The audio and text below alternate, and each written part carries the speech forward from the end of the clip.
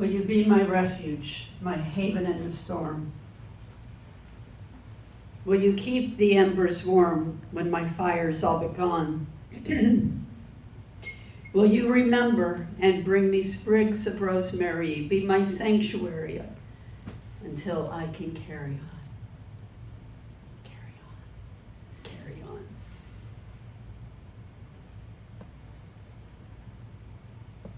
I invite you in this moment for you to say who that is that you are asking to be your refuge.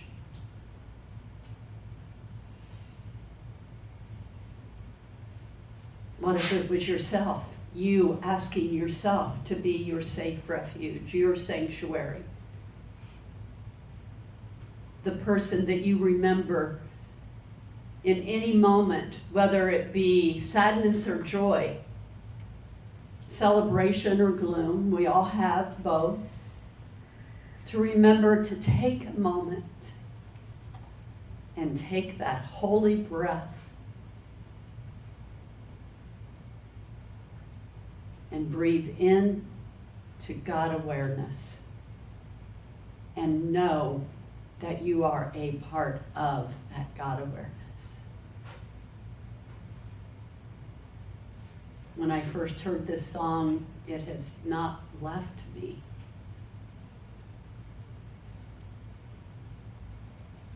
I hear Carrie Newcomer singing in my head.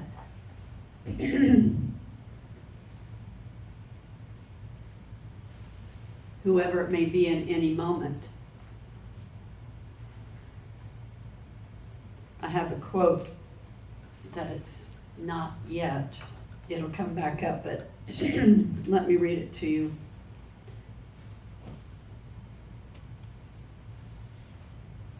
Paul Ferrini, from his book, Love Without Conditions. Gratitude is the choice to see the love of God in all things. Gratitude is the choice to see the love of God in all things, even when they're not pretty. It's easy to celebrate when things are happy and joyful. It can be a little more of a stretch when we're not feeling that.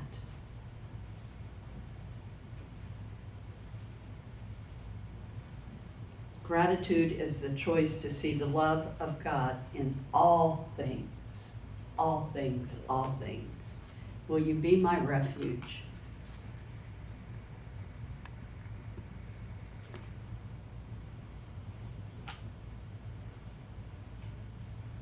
Will you keep the embers warm? Holy Spirit is your refuge. It is your place of gratitude. It is the place of where we connect with and tap into to ground us in the nature of God. And in that, to remember who we are, one with all that is. Again, Paul Ferrini. It's a choice. Melody Beattie, gratitude unlocks the fullness of life. Just remembering to take that moment and say, what was it last week we talked about? I don't know, but God does. And in any moment when things look confusing or you don't quite have an answer, say, I don't know, but God does, and thank you very much. I am so grateful. From that place, Spirit opens up, and if we're calm enough, we can begin to listen. We can begin to hear. We can begin to feel. And listen to all the signs and wonders around us. I want to share a story by Cece Stewart. She's a Facebook friend. And I asked her if I could use this story, and she said, yes, absolutely. Just give credit because she is an author as well. She said, when I moved into this house 24 years ago, I was very grateful for 3 big maple trees in the backyard. My voice has been fine all morning. And I am grateful. She was very grateful for the 3 big maple trees in the backyard, and very grateful for the dogwood tree, which at the time was about 3 feet tall. Excuse me. What in the world?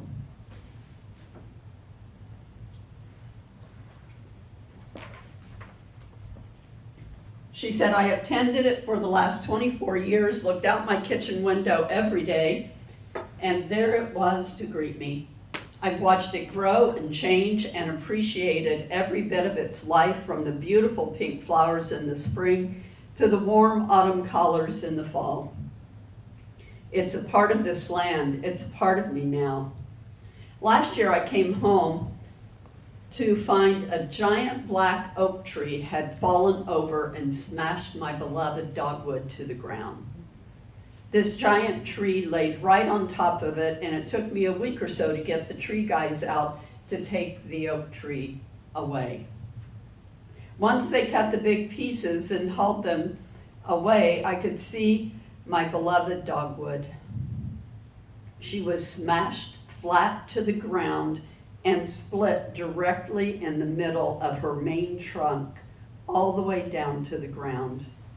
To look at her there, so damaged, you would think it was over. She's dead. The tree guys asked me if I wanted them to remove her. As I looked at her lying there flat against the earth with that big rip right down the middle of her trunk, I said, "Can you please try to save her?" They looked at each other like, well, I don't know what, but I assume they looked at each other like, this woman is crazy. Can she not see this tree had been split down the center of her core? The very center of her is lying in pieces.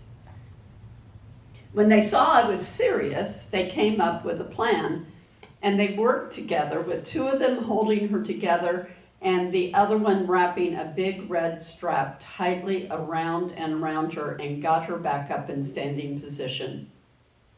I was happy, but they told me she probably wouldn't make it, that she had been too damaged, too hurt, too destroyed to survive. But I had faith. I had faith in her. I had faith in her desire to survive, to live. I believed she could make it. In the spring and summer, she grew a few new leaves. I watched with delight to see a bit of new growth at the tips of some of her branches, and it gave me hope that she was going to survive. This morning, while I was standing at the kitchen sink, looking down at her, admiring her resilience, her beauty, and the gorgeous colors of her leaves changing as they had done every fall for the last 24 years, I got this very strong feeling. I'm just like her, and she's like me. I've been crushed through my core. I've laid flat on the ground, broken, hurting, unsure if I could get up, survive, and continue on. I feel that way now, but she is a reminder to me that no matter how hurt I am, no matter how broken I feel, no matter how alone I feel, I can still get up, survive, and grow. Through Cece's faith and gratitude for this beautiful tree, for this lovely dogwood that she loves so much, and for the life force in this tree, this God-given life force, it survived. She survived. The dogwood survived.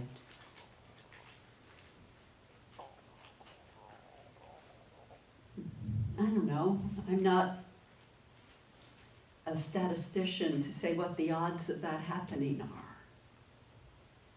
But you know what? That doesn't really matter, because the fact is, the tree is surviving and it is thriving. Through love, through faith, through gratitude. Where in your life you may be, and you may not be, and that's awesome. I'm not asking you to feel bad, but if you are having any place in your life where there are rough edges, where there are rough spots, can you conjure up the faith and the love and the gratitude of a dogwood tree that was given an opportunity to continue on, not only living itself, but giving love to Cece and to the surrounding land. What is it Paul Ferrini said? Gratitude is the choice to see the love of God in all things. To see the love of God in all things. Cicero, gratitude is not only the greatest of virtues, but the parent of all others. Gratitude. How often we forget to just take that moment. This morning, as I was waking up, I realized that I was just saying thank you, thank you, thank you. And it wasn't just because of this talk. It's because I have, over the years, that's how I wake up in the morning. Those are the words that enter my consciousness. Words of gratitude. How about you? How about you? How many times a day do you hear yourself saying thank you? Everything we are told happens for a reason in this physical world that looks like we have a lot of separation. While the truth is there really is no separation, there is only love. In the absolute reality, in the eternal God, cosmos, source creation, whatever you want to call it. Why do I say that with so much conviction? Because I can feel it, I can sense it, and there are so many different points that move around that. And it's also the hopeful place to come from, right? I don't want to live in a world that is always focused on the shadow and the darkness. You know, I acknowledge when it's there, but I don't want that to be my baseline. Will you be my refuge, my haven in the storm? Right now, in this moment, for me, that is faith and love and gratitude and all of the wisdom of the spiritual masters throughout time that point us in this direction. I myself don't know of any spiritual master that tells us that desperation and fear are the answers to the universe. Does anybody, am I missing something somewhere? I don't think I am. I mean, even Cicero, come on, how long ago was that? Of course, I wasn't there when he said it, but, I'm going to trust that Paul Ferrini did his research when he put it out there. And what feels better, right? Always go to what feels better. Pay attention to what you are putting out in the field. Pay attention to where your vibration is resonating and pulsating, and whatever that is, bring it up. Bring it up to the next phase. If there's something that is troublesome, acknowledge it and deny it its power. The healing comes from the force of love. I read a little story by Reverend Eric Butterworth, Unity Minister Eric Butterworth, and said that there was a man who was in a European hospital. He was very, very sick. He was so very ill, and no one had been able to give him a diagnosis. And he was lying there for days in pain and suffering, and a doctor came in who spoke a different language than he did, and the man couldn't understand him, but the doctor said moribundus. And the man was so excited and thrilled because he didn't know that moribundus meant death. He thought he was giving him a positive diagnosis and prognosis. And he was overjoyed and thrilled, and he lived. I don't know. That's what Eric Butterworth said. I have taken Eric Butterworth to the bank for a long time when it comes to unity principle. Again, I wasn't there. But I love the story. We have a choice on how we show up. The words we say, the feelings we feel, always, always, always, please do not bypass those feelings. Acknowledge them. Thank you. Thank you. Okay, I need to do some work there. Now let us carry on. Carry on, carry on, says Carrie, newcomer. So, the song that I played for congregational, Grateful, a song to the world, Daniel Nahum's lyrics in there, all that I am, all that I see, all that I have been, and all that I will ever be is a blessing. It's so amazing, and I'm grateful for it all. Grateful for it all. Nemo Patel and Daniel brought together dozens of people from around the world, and they were inspired by the 21-day gratitude challenge. And they brought all of these people together. All together, they had 11,000 participants from 118 countries learned. Oh, it's not what Nemo and Daniel did, but the gratitude challenge. For that 21 days, over 11,000 participants from 118 countries learned that gratefulness is a habit cultivated consciously and a muscle built over time. Gratitude. Simple gratitude. Thank you, thank you, thank you. My Unity minister, Stan Hansen, used to say all the time, and I worked for Unity Palo Alto for 7 years and staff meetings, and his mantra was, thank you for everything, I have no complaints whatsoever. I got to hear that often over that time. Thank you for everything, I have no complaints whatsoever.